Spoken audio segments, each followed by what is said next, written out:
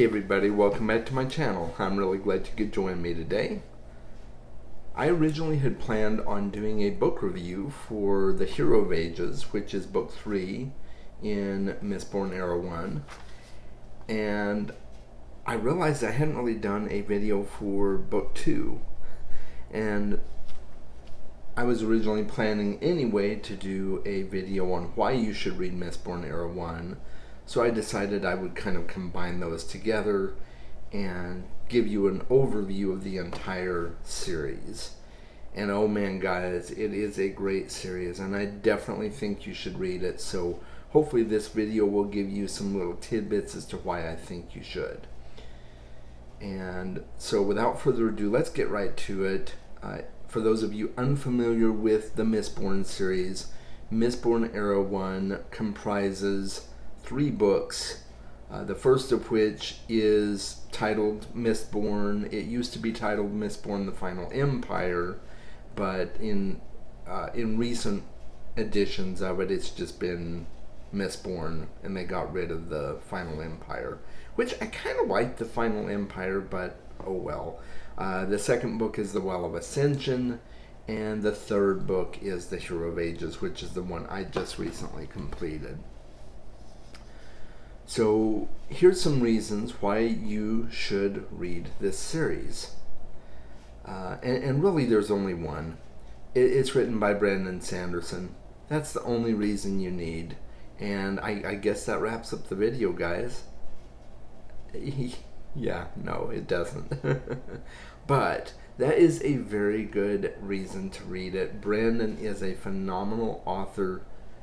This is one of his main series that he's known for. So if you are even remotely a fan of Brandon Sanderson, maybe you've read some of his other series like the Stormlight Archive or some of his standalone novels, you really need to pick up Mistborn because it is a big crux of everything that is his Cosmere. So with that being said, let's get on to some other reasons.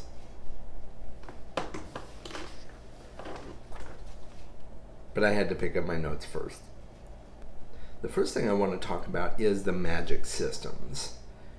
If you are a fantasy fan, one of the main reasons you likely come to fantasy is because there is magic. And Brandon is known for his unique magic systems. And I mean really unique. They're unlike most things that you will read in other books, and they have definite rules, and they have restrictions, and he's very methodical about creating his magic systems, and that's what makes them so good. It's not one of those situations where you're going to have characters in most cases that are so overpowered that nothing can harm them. There are ways to be harmed in this book, and no matter how powerful you are, everybody has a weakness. The magic has its limits, and the ways that you create the magic has its limits too. So it's really, really great. The main magic system in this world is allomancy. And really, the other magic systems in the world are versions of allomancy, but essentially allomancy is the ability to manipulate metal to have different effects. And mistings and mistborns, and I'll get to what those are here in a few minutes, but they can ingest certain metals into their body that give them different abilities. And there's hints that this ability is part of living in a world where the mists have risen up, and you're constantly walking through fog-like mist during the day and during the night. And I'll go in a little bit into that here in a little bit, but the ability to ingest metals to survive in this world is absolutely essential.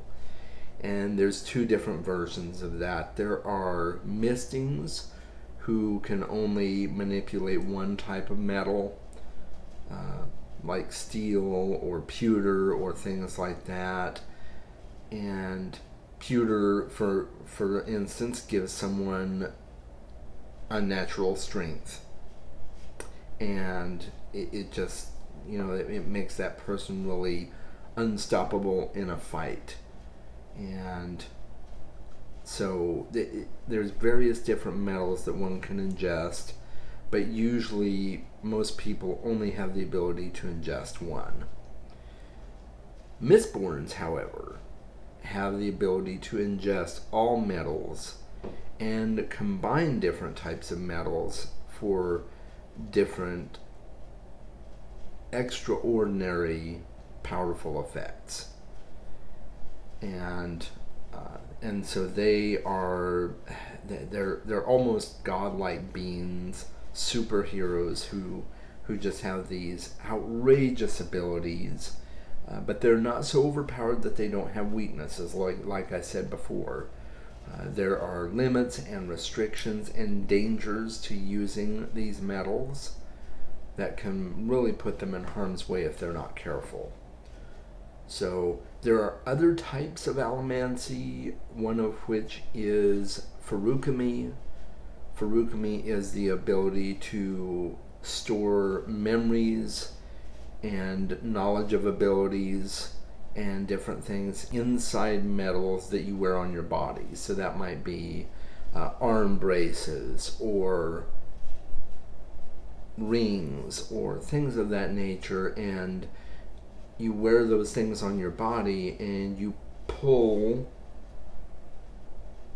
abilities or memories from those storage containers, if you will, to be able to do certain things. So one of those abilities might be to gain muscle strength. One character in the story, for instance, pulls from those drums or from his rings or what have you to greatly enlarge his musculature on his body and just become this powerhouse of strength. So he's not burning pewter per se. He's not a misting. He's a feruchemist. So it's a little bit different, but it's just a really, really cool ability. And the keepers of this group of people, they're the terrace people in the story. The keepers store the knowledge of their people and the knowledge of the histories of Scadrial, which is the world that they live on, to be able to teach and share that with future generations. So that's the primary thing that feruchemists do. But there's other uses for it. And then there's another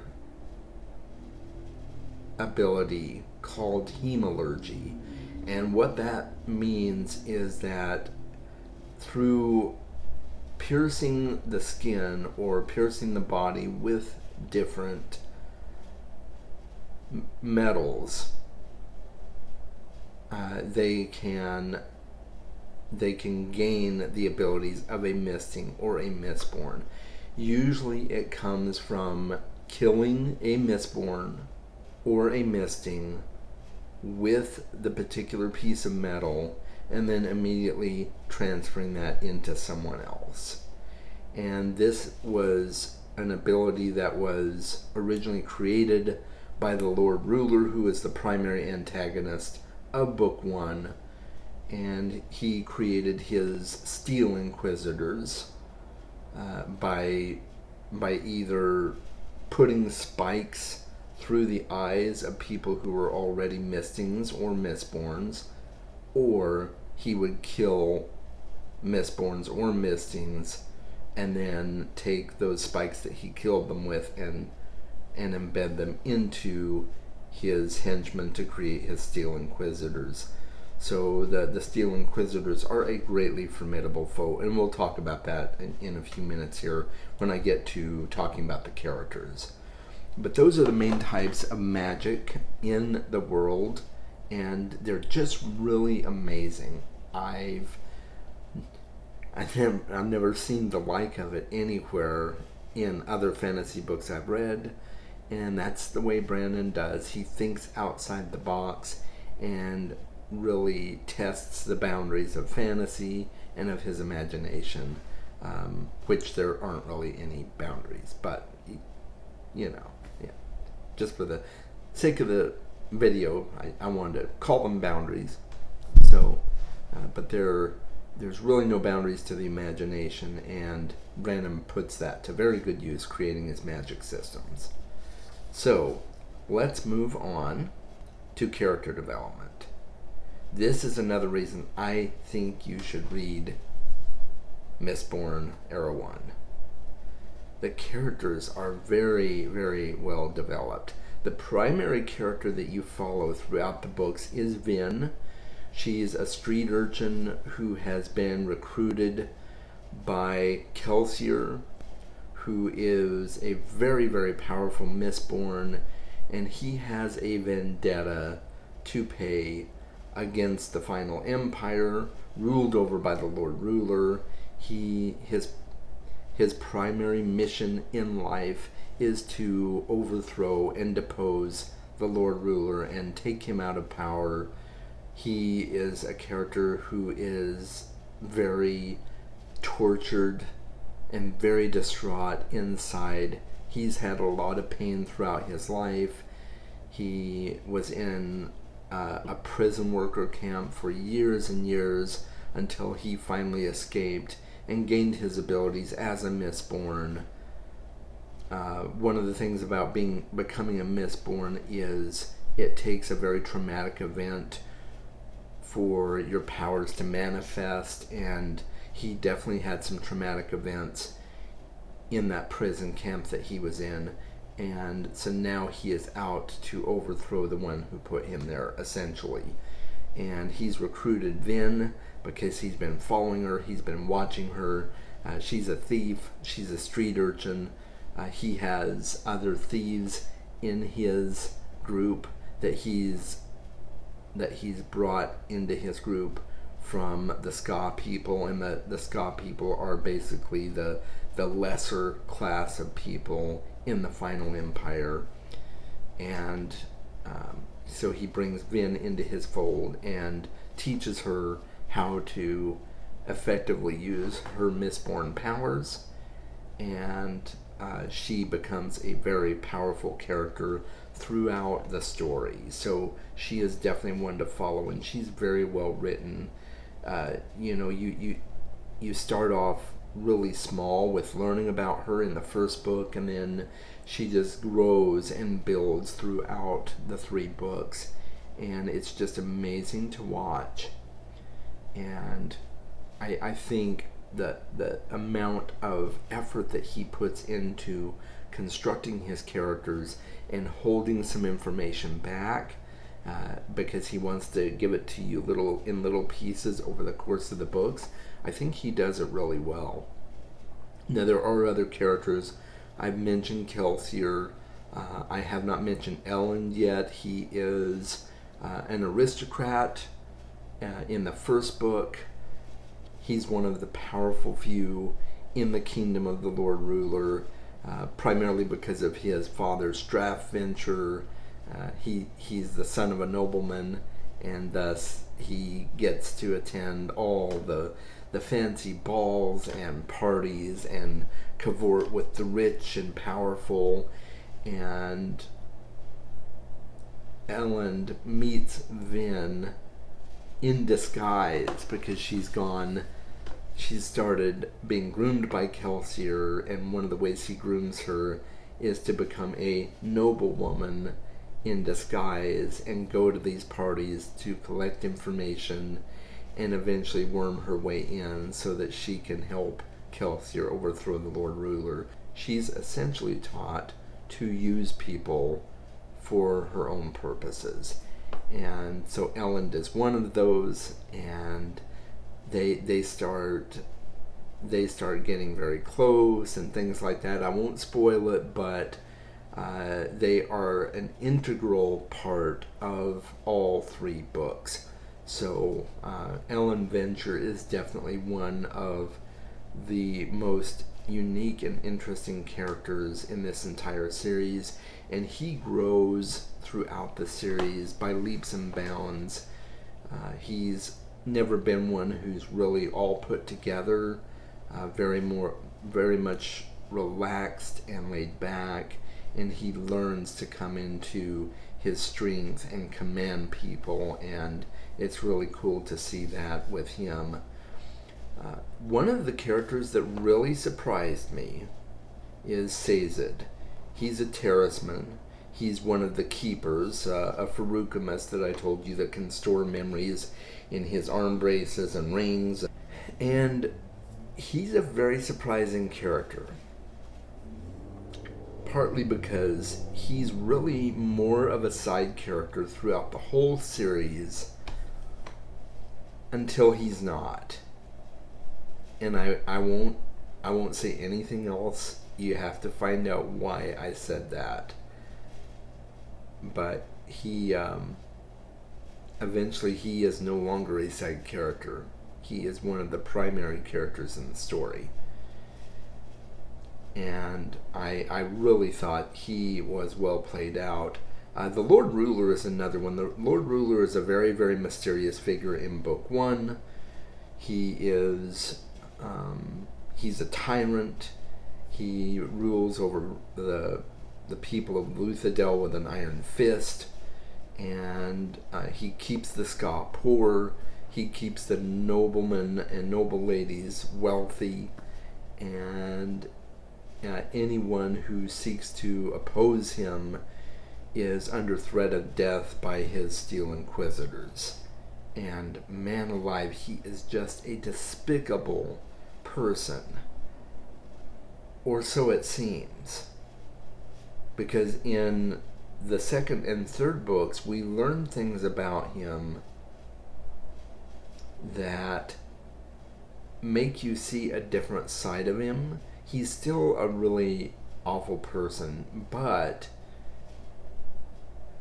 there are points throughout the books that you start to have compassion for him in a way, and realize that his motives are very intentional. He has good intentions in some ways, and you start to wonder if some of the characters made the right decisions with the Lord Ruler and seeking to overthrow him. And I won't go into any more detail because you have to read at least book 1 to find out more about the Lord Ruler and what happens. And then as you read the other books, you'll get to know him more. You get to know him before he was the Lord Ruler and things like that. So don't give up with book 1 for sure. You need to read book 1 and keep going with the series if you want to learn more about the Lord Ruler. He's a very, very interesting character, and I thought he was very well played. Another group in the book are the Khandra. Now, the Khandra are shapeshifters, in a sense. They can consume the bodies of dead people and take on their likenesses. And the Khandra are a very strange group of people. They live by a code.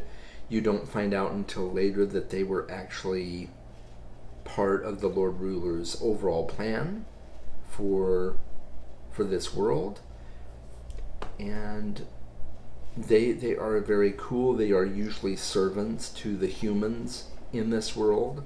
So the Khandra are very cool and very unique. And when I found out who they were, oh man, I was completely blown away. I was shocked. So, and you will be too. So just take that for what you will. Go read the book series. Find out more about them. There's also the Koloss, which are they're malformed humanoid creatures who have blue skin, and the skin kind of hangs off them, especially as they grow. It tears and rips because they're not quite all together in their DNA, and they're just a brute killing force. They're just beast-like in most cases, and you don't really find out where they came from at all until closer to the end of book 3. And again, oh man, they were part of the Lord Ruler's overall plan, and finding out where they came from is just, it'll blow you away. It blew me away, because I didn't really like the Colossus in book 2, which is mainly where they show up. But then toward the end, I'm like, oh wow, they're actually pretty interesting characters. So there's a lot of character development in Mistborn, and I really think you should check it out if you love good characters. I do, and that's one of the primary things I look for in a book. I want to know the characters intimately. There's a few other side characters that I kind of wish I'd known a little bit more about.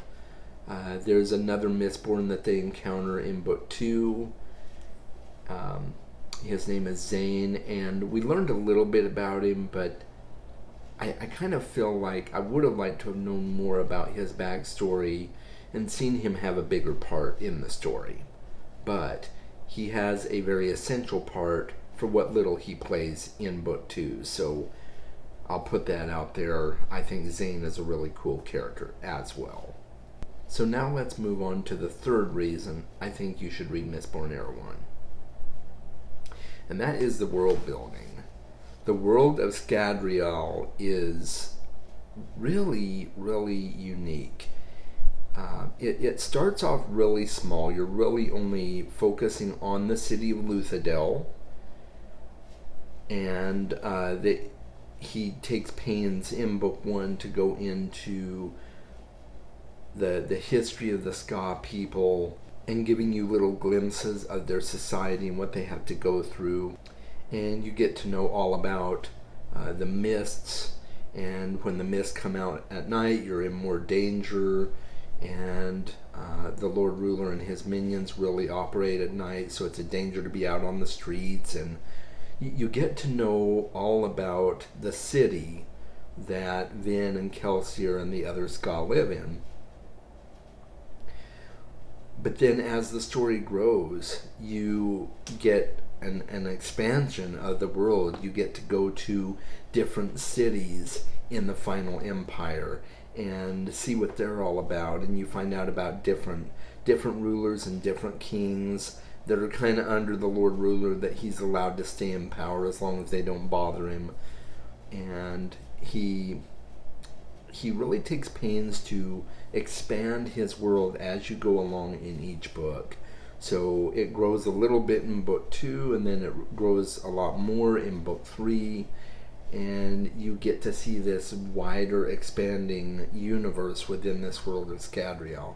So it's just amazing to watch as you find out different things about the world, and you get to find out more about a particular character named Ruin, and the way Ruin has manipulated this world via the Lord Ruler, and you get to see the dangers of this world, and as the deepness, as they call it, grows more and more powerful, and the mists begin to kill people and things like that, it's just really, it keeps you on the edge of your seat the whole time.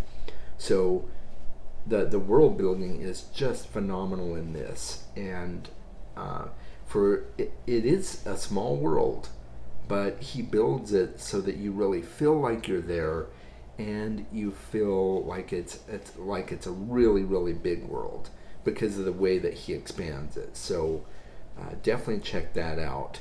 And just a little bit more about Ruin. There are two primary forces in this story that you don't really find out a whole lot about until later on into book 2.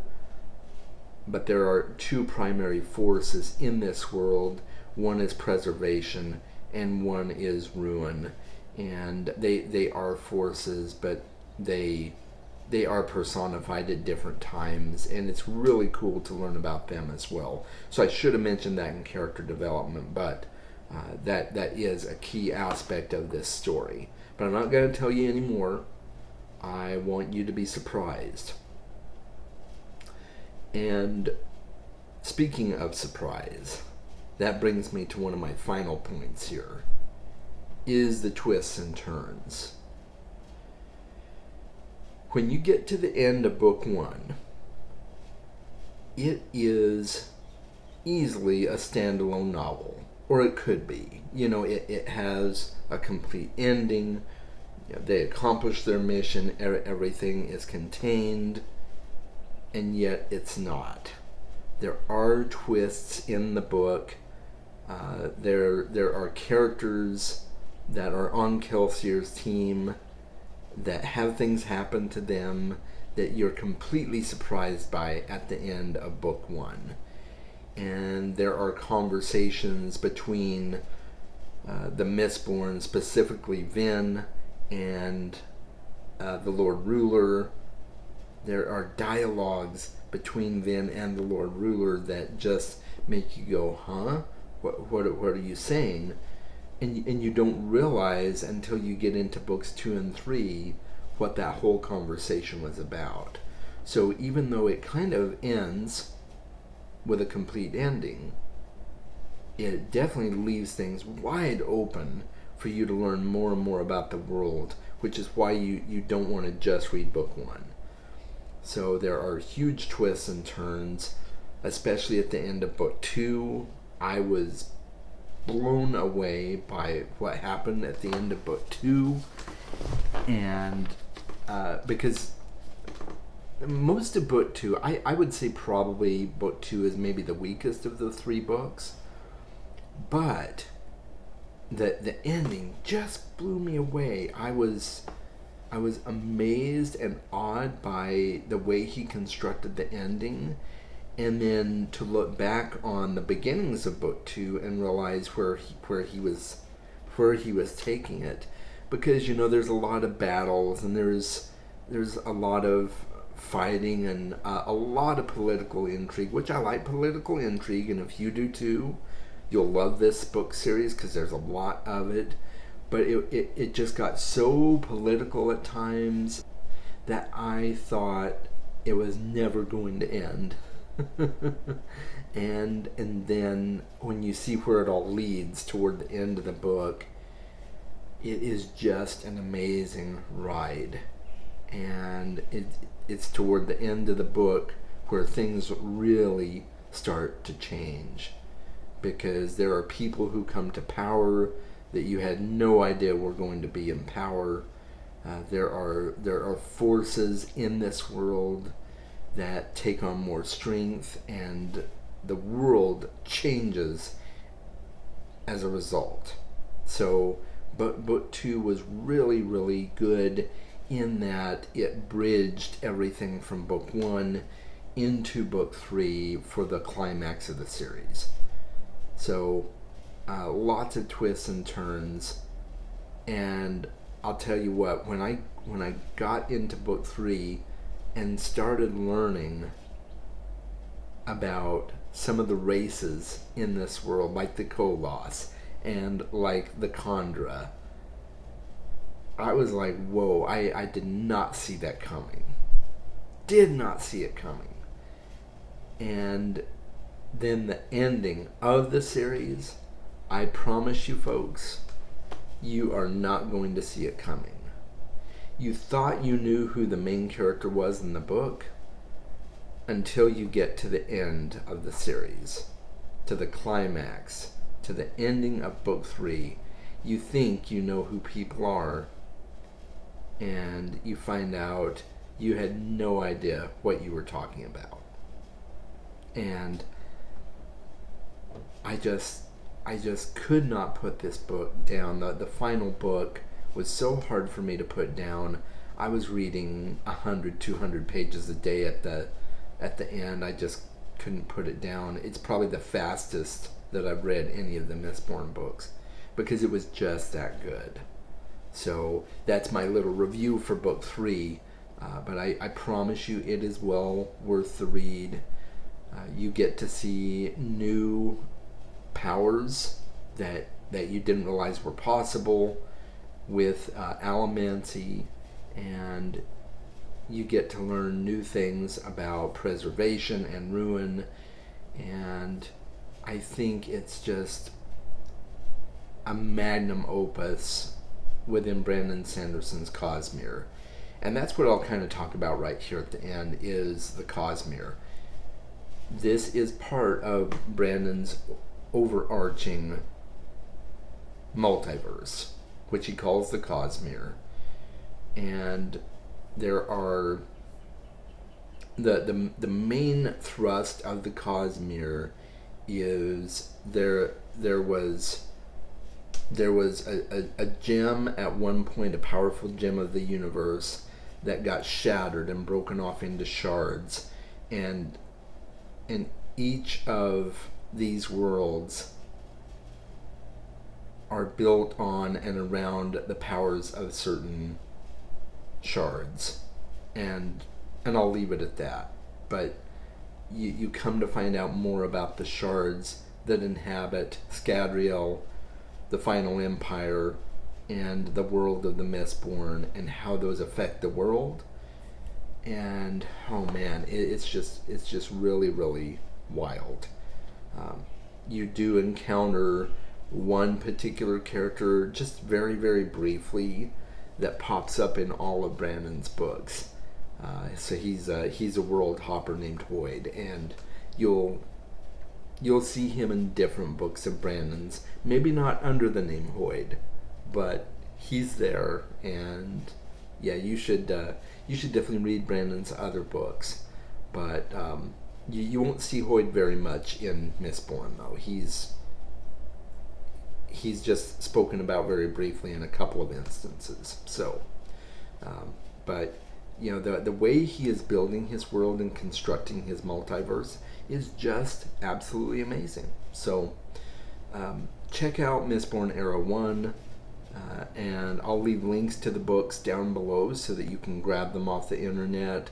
They are affiliate links, so I do get a little kickback if you purchase them off Amazon. Thank you very much. And I'll leave links to those down below in the description, and make sure that you're always reading the description so that you can see what's happening with the world that is Books and Stuff with Chaz. So let me know what you think in the comments. Have you read the books? What did you think of them? Have you only started the series and you got tired of it? You haven't continued on with it? What were your reasons? I'd love to dialogue with you in the comments. And if you've heard of these books but you've never read them yet, are you more excited to read them? Let me know that too. I'd love to hear about it. And as I always let you know, make sure that you stay tuned. Make sure that you're subscribed. Do all the stuff right here on this side of the screen, and make sure that you don't miss out on my future videos. I want to make sure that you get to see other content from me in the future. So a couple of things that I want to talk about briefly. I am going to be doing a Geek Out session probably sometime in August with the guys over at Geek on My Sleeve, and it's going to be a Geek Out session on Mistborn Book 3. So if you've read the series and you're ready to talk about it, join in on that video, chat with us in the comments. There will be spoilers, so if you haven't read the series, you may not want to watch it, but if you've read the series, go ahead and tune in. We'd love to have you join us for that video. And as I mentioned in a previous video, my YouTube anniversary is coming up August 7th. So that means I have been on YouTube for 1 year, and I'm going to be doing some special stuff. one of which is a Q&A. So if you have any questions for me, go ahead and leave those in the comments below, and that way I can talk about those questions when I do my anniversary celebration video, which may or may not include cake, you know, and just have fun dialoguing with you guys and answering your questions. You can feel free to just leave those questions for me down below. You can find me on Facebook and Twitter and things like that. As of right now, I'm not sure what that's going to look like for me in the future because I've been taking a break from social media. So I have almost decided my strategy for social media now that I'm about to go back, but we'll see on that. But find a way to send me a message with questions if you don't want to leave the questions down below. I would really like to hear from you, and I would love to answer any questions you have. It can be about books I like, books I don't like, what I use to make my videos, what some of my hobbies are. Anything you like, you can ask me. This is an open Q&A, so feel free to leave your questions down below. And with that being said, make sure that you are reading more books, guys, and I'll talk to you in the next video, okay? Take care. Bye.